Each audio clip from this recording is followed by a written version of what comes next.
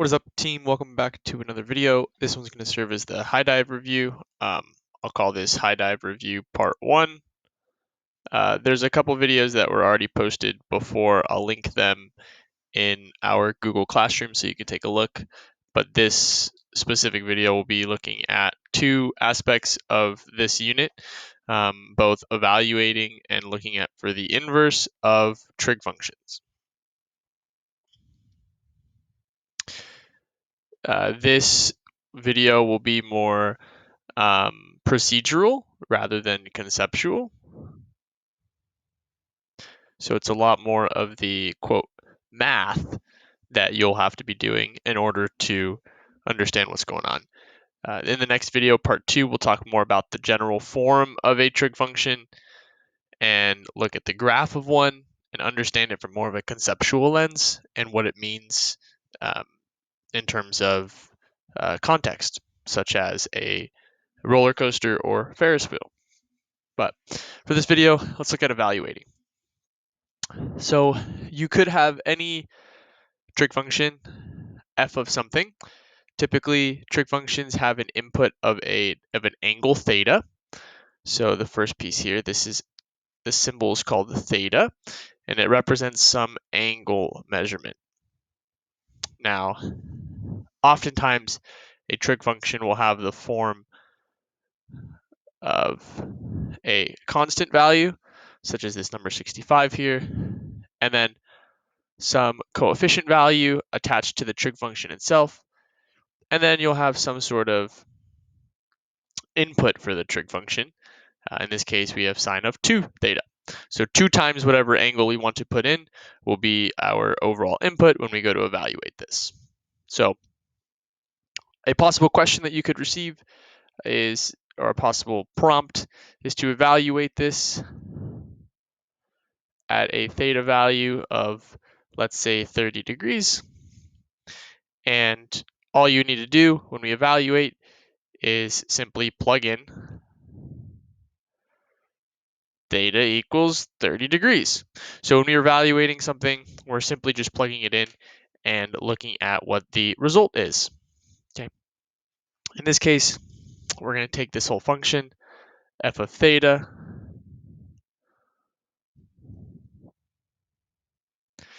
and proceed to put in, instead of theta, we'll put in 30 degrees. So everywhere you see that theta symbol, we're going to put in 30. Okay, so you get something that looks like this. And then when we resolve, and when we're actually simplifying this this function at this specific value, we need to start from the actual trig function itself. So sine of whatever the input is going to be what we're looking at. And in this case, we're going to be doing sine of 60. As we multiply these values together, you'll see that 2 times 30 equals 60. So then we can start from there.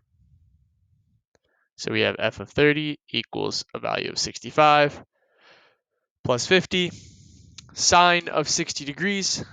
If you use your calculator, what you're essentially looking for sine of 60, I'll do this in red. There's two ways that you can look at this.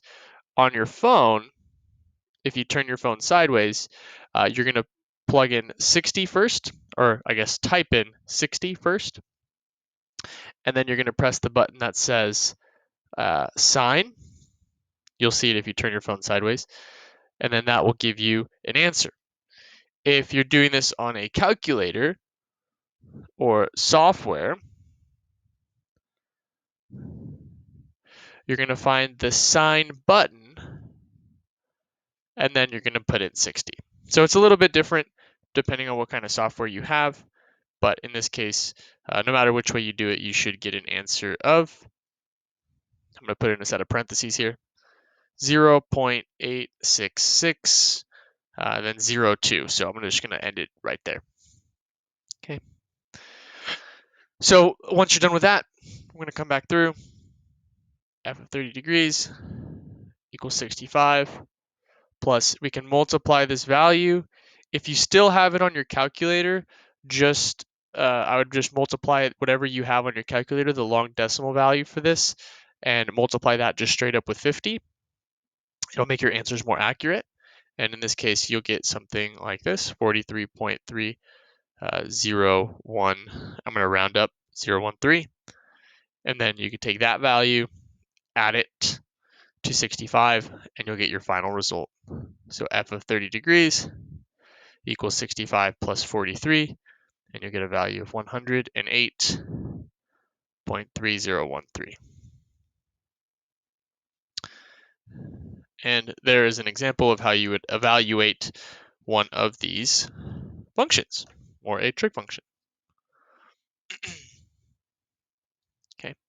Now, the piece to this that is perhaps a little bit more interesting, especially when we start getting more conceptual with understanding some of the values that we're looking for in terms of Ferris wheel and looking at where specific characters are on the Ferris wheel, we get into this mode where we want to understand what is our input. So in other words, finding some sort of inverse. So this example over here was looking at evaluating. And what we're going to be working on over here is going to be finding some sort of inverse. And I'll explain kind of like when we would use both with a conceptual problem in just a moment. So just like we spoke about in class, you can also have a function, a trig function, be in terms of time. So in this case, we'll assume that t represents some sort of time. So I'm going to do red, time, t. Okay. Most of the time it's in seconds, but depending on what problems you have, it could be in minutes, hours, years, whatever. So in this case, we'll use the same function, so that way we don't get too confused. But in this case, we're changing it a little bit. Now it's not in terms of theta. I'm just going to change it in terms of t and dealing with some sort of time. And we could be looking at this problem, and my question could be something a little bit more specific that lets us know that we're going to be dealing with an inverse, such as what value for t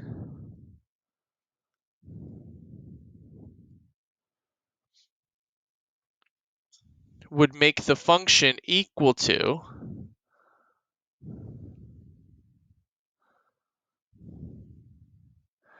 let's say 115 question mark. So this has to be unpacked a little bit because the function itself is defined by f of t. So this is like the name of our function. So in other words, what this is asking is if we are given this function of t,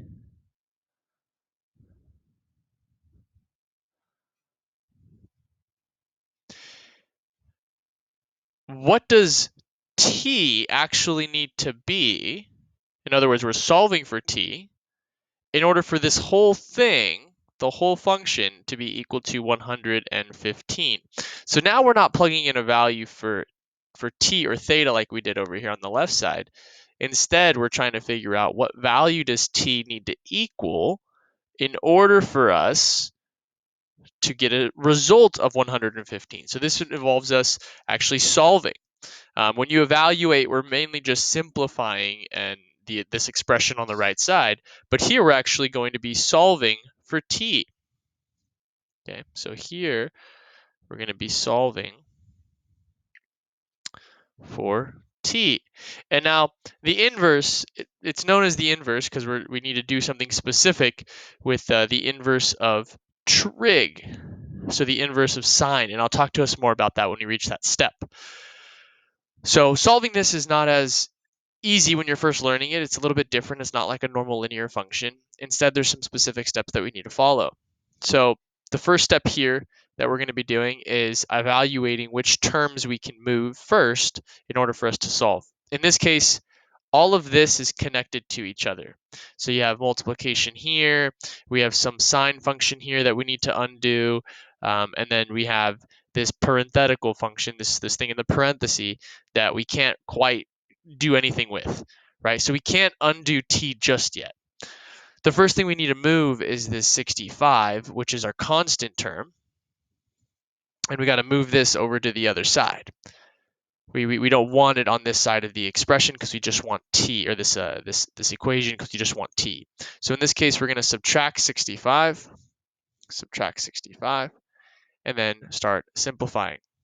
So we end up with 50 equals 65 ends up canceling out to 0, so there's nothing there anymore.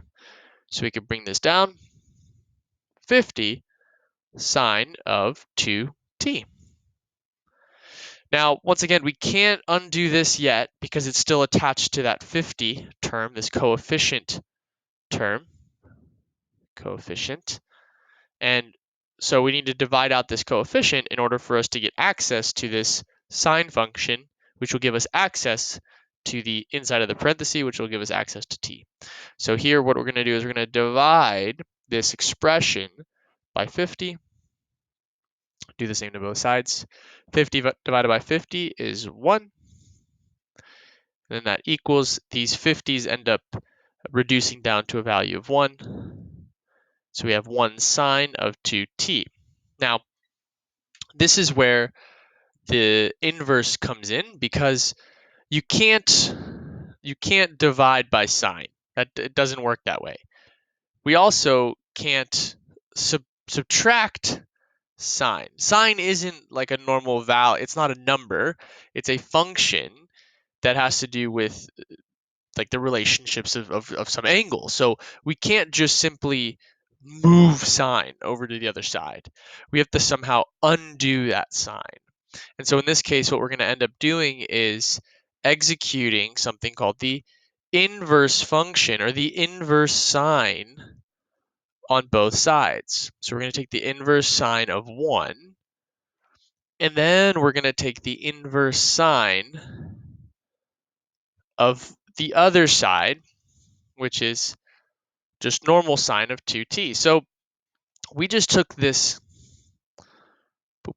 inverse sine function in order for us to start reducing this down. Now, we can resolve this on our calculator in just a second, so I'm just going to keep that here. But what happens on this right side of the equal sign? What happens when you take the inverse sine of sine? Well, we wanted to get rid of sine, right? We wanted to move it so that way we can just have access to the 2t. Now, we can't just erase it, so we have to take the inverse sine. So the inverse sine of sine, those two end up negating each other, and then we'll be just left with 2t. Okay. So this method of simplifying and solving, I should say, is where the inverse ends up coming in. Now we have access to t, but you may be asking, Hernandez, hey, listen, what's going on? How do I do this on my calculator? Well, just like you did before, there's two ways that you can do this here. First, if you're on a phone, there's a couple buttons that you need to press. The first thing you need to do is phone.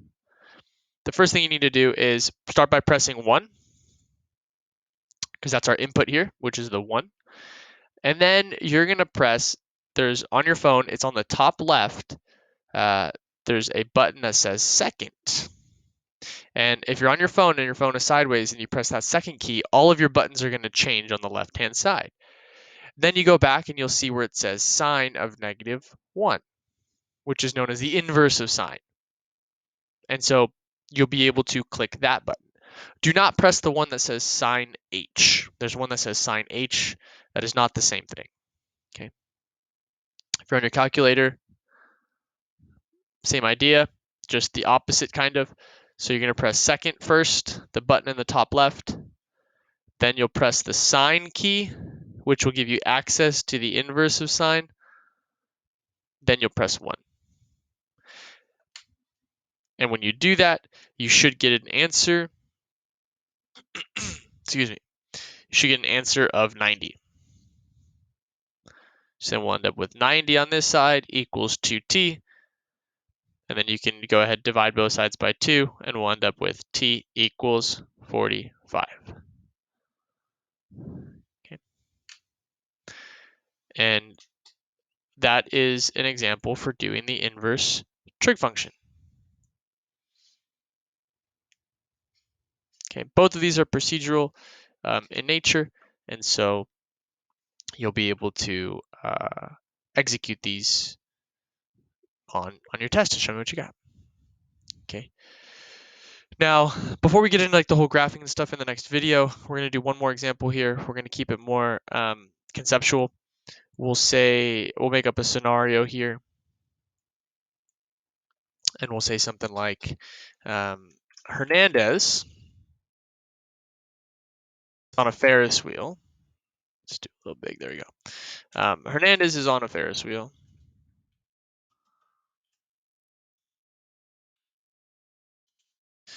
That has a function given to it. I'm going to put it here. Let's assume it's just the exact same function. F of t equals 65 plus 50 sine of 2t function. And we're going to ask two questions here. Actually, we're going to first look at this through the lens of what each of these parts mean. So t is going to represent time. The value of t will represent time.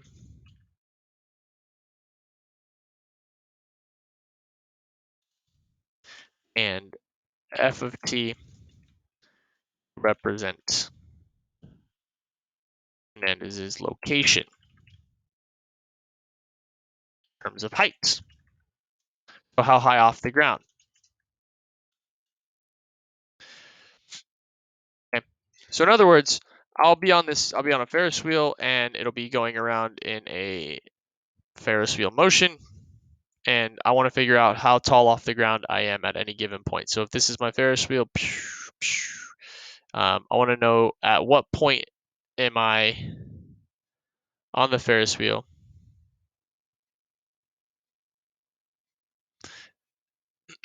and where will I be at various points in time. So in this case, we're going to have two parts to this question. Part number one, we'll say after 30 seconds, how high off the ground will he be? How high off the ground? Question mark. And then question number two, Hernandez knows that he is, let's just say I already know how tall off the ground I am. I know I'm 75 feet off the ground. Actually, we'll make it a little bit less here. We'll know that I'm 25 feet off the ground. Where, I guess, how long, we can say, how many seconds did it take Hernandez to get to that point? So in this case, after 30 seconds, I'm going to be somewhere on this Ferris wheel. I could be anywhere on this. I'm not quite sure. But at a certain point, I am 25 feet off the ground, and I want to know how many seconds did it take me to get to that point. Okay. So let's see what we can do to solve some of these. The first one is,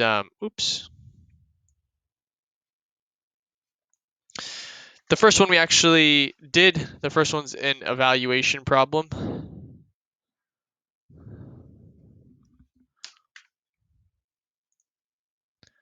For some reason,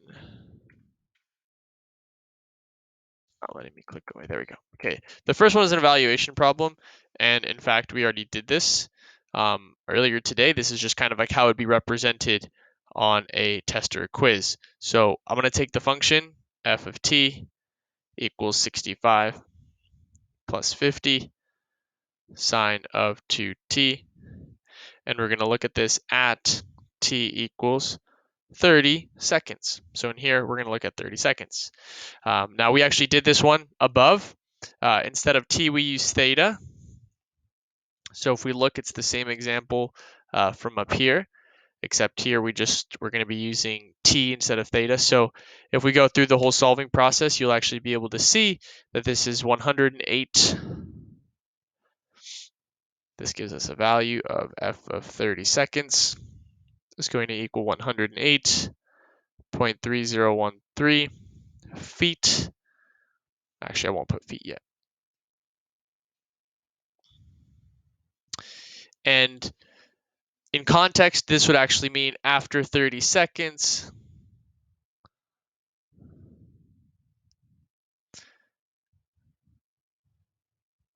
Hernandez is 108.3013 feet off the ground. Okay. So in context, this is what one of those problems would look like. Okay, so how it would be written in words. The second one, if I tell you how high off the ground I am, and I ask you for how many seconds, right? So this is essentially asking like, what is my input? Then we'll be looking more at the inverse and solving using the inverse. So in this case, for number 2, we'll take the same function, f of t equals 65 plus 50 sine of 2t. And instead of looking at f of t and plugging in something for t, we actually know that my function over time is going to represent how many feet off the ground I am. So I'm going to be plugging in this 25 and solving for how long it takes me to get to that point. So in this case, will be 25 equals 65 plus 50 sine of 2t. We can start doing the problem solving process. We get minus 65 on both sides. And then we'll get a value of negative 40. So 5 and 5 is 0. 2 minus 6 is negative 4. The 65 and 65 reduce down to 0. So we can bring down our next value. We have 50 sine of 2t. Just like we did before, we'll divide by 50 to undo all of this and get access to the 2t. We want access to it. The 50s will reduce down to a value of 1. On this side, we'll get negative. We'll have 40 over 50, which is the same as 4 over 5, which happens to also be the same as 0.8. And then we'll get sine of 2t. And then we'll continue here, just as we did before, with the inverse of sine. Let me zoom in here really quick. Do the same thing as we did before with the inverse of sine. So we'll take the sine inverse of the entire thing, negative 0.8. We'll take the inverse sine of the other side. Oops. And then we can start reducing. Okay. So this is just going to be the inverse sine of negative 0.8. And then over here, we'll cross off those signs and we'll just get 2t. Just like on your calculator, either your phone or an actual calculator software, you can use either, whichever makes you feel comfortable. You're going to do 0.8. Okay, and then in order to do negative 0.8, so let's talk about that really quick. Negative 0.8. In order to do this on your phone, you're going to type in 0.8, and then there's a specific button that looks like this to represent positive and negative. It is not the minus sign, right? It is not the subtraction operation. It is a button that says that, okay? On your calculator, the same thing exists, and it just looks like this. It should be next to the 0 key, and then you can go ahead and plug that in. It is not the minus button. Okay, not the minus button. I need to say that. I need to clarify that because a lot of students end up making that mistake. Okay. So in this case, this is where it gets a little bit interesting because we need to realize what's going on here. So we take this value and you end up getting a value of negative 53.13 equals 2t. Now, let's talk about this really quick. What we're essentially doing here, and this is where it gets to be like the level 4. This part here is going to be our level 4 understanding. Essentially what we just did when we discovered the inverse sine of negative 0.8 was we wanted to figure out there is some angle where if this is 0 degrees, and then we'll say this is 90 degrees, 180 is on the opposite side, 270 is down below, and then 360 comes right back over here. There is some degree such that sine of theta, because remember the input is some angle, which equals negative 0.8. So what we essentially did here is we found theta. So essentially in this case, when we take the inverse sine of negative 0.8, we found that our potential, I'm going to put this in quotes, our potential theta value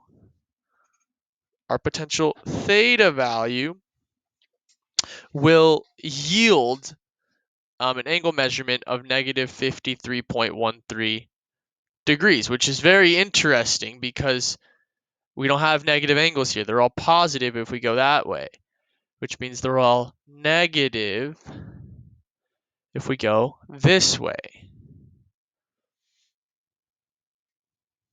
Okay. So it's going to be an interesting feat because we're going to then figure out at what point in time t, does this actually give me our answer of negative 53.13 degrees. So there's some angle measurement here, which is negative 53.13 degrees. Well, it'd be nice for us to also know what's the positive angle to that. And so we need to figure out what is that angle going to be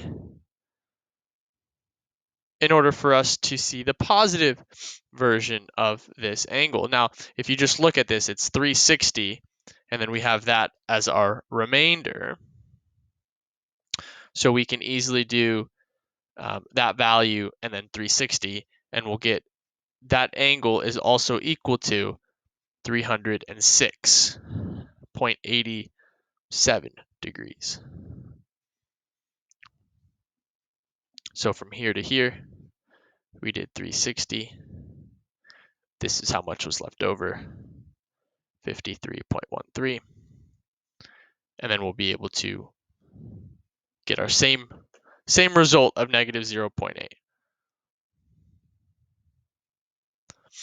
306.87. Okay, so this is the same as 306.87 degrees at 2t. Okay, at 2t. And so this is really interesting to see because we can still solve this out, and so we'll give you the idea, or not the idea, we'll give you the opportunity to still solve this normally. Let me go ahead and fix this on my calculator really quick. Boom. Okay, there we go. So if we still solved this out and we divided our result by 2, we'll end up with a value of negative 26.565 equals t. So this would be our official, I'm going to just say our official answer procedurally, and then we'll look at kind of if we were to go backwards with that, where does this angle give us t? So you have to do a little bit of contextual deconstruction to realize where that is. Okay, and so if we did this with our final result here of negative 26.56, we would come back to through this problem. Let me go ahead and erase this.